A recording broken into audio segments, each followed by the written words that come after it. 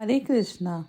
आज का प्रसंग मीरा चरित्र क्रमशः से आगे। मीरा को चित्तौड़ में आए कुछ मास बीत गए। गिरधर की राग सेवा नियमित चल रही है। मीरा अपने कक्ष में बैठे गिरधर लाल की पोशाक पर मोती टांक रही थी। कुछ ही दूरी पर मसनद के सहारे भोजराज बैठे थे। सुना है आपने योग की शिक्षा ली है। ज्ञान और भक्ति दोनों ही आपके लिए सहज हैं। यदि थोड़ी बहुत शिक्षा सेवक भी प्राप्त कर ले तो यह जीवन सफल हो जाए। भोजराज ने मीरा से कहा। ऐसा सुनकर मुस्कुराकर भोजराज की तरफ देखती हुई मीरा बोली, ये क्या फरमाते हैं आप? चाकर तो मैं हूँ। प्रभु ने कृपा की आप मिले। कोई दूसरा होता तब तक मीरा की चिता की राख भी नहीं रहती। चाकर आप और मैं दोनों ही गिरधर लाल के हैं।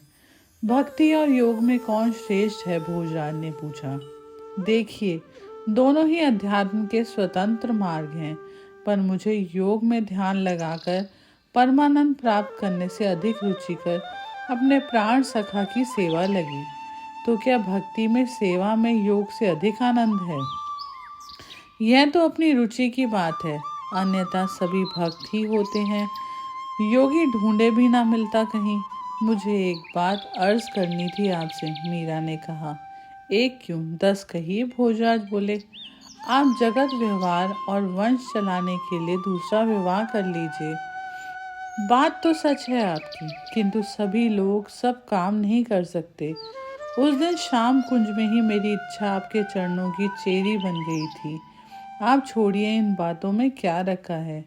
यदि इनमें थोड़ा भी दम होता तो बात अधूरी छोड़कर वह मीरा की ओर देख मुस्कुराए। रूप और यौवन का यह कल्पवृक्ष चित्तौड़ के राजकुंवर को छोड़कर इस मूर्ति पर न्यौछावर नहीं होता और भोज शक्ति और इच्छा का दमन कर इन चरणों का चाकर बनने में अपना गौरव नहीं मानता। जाने दीजिए, आप तो मेरे कल्याण का सोचिए। लोग कहते हैं ईश्वर निर्गुण निराकार है, इन स्थूल आँखों से नहीं देखा जा सकता, मात्र अनुभव किया जा सकता है। सच क्या है समझ नहीं पाया मैं अभी तक। मीरा बोली, वह निर्गुण निराकार भी है और सगुण साकार भी। निर्गुण रूप में वह आकाश प्रकाश की भांति है जो चेतन रूप से सृष्टि में व्याप्त है। वह सदा एकरस है। उसे अनुभव तो कर सकते हैं पर देख नहीं सकते। और ईश्वर सगुण साकार भी है। यह मात्र प्रेम से बस में होता है, रुष्ट और तुष्ट भी होता है, हृदय की पुकार भी सुनता है और दर्शन भी देता है। मीरा को एकाएक कहते कहते रोमांच हुआ। यह देख भोजराज थोड़े चकित हुए। उन्होंने कहा, भगवान के बहुत नाम रूप सुने जाते हैं। नाम रूपों के इस विवरण में मनुष्य भटक नहीं जाता। मीरा ने बोला, भटकने वालों को बहानों की कमी नहीं रहती।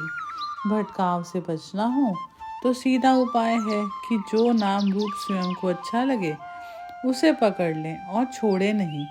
दूसरा नाम रूप को भी सम्मान दे, क्योंकि सभी ग्रंथ सभी संप्रदाय उसे एक ईश्वर तक ही पहुँचाने का पथ सुझाते हैं।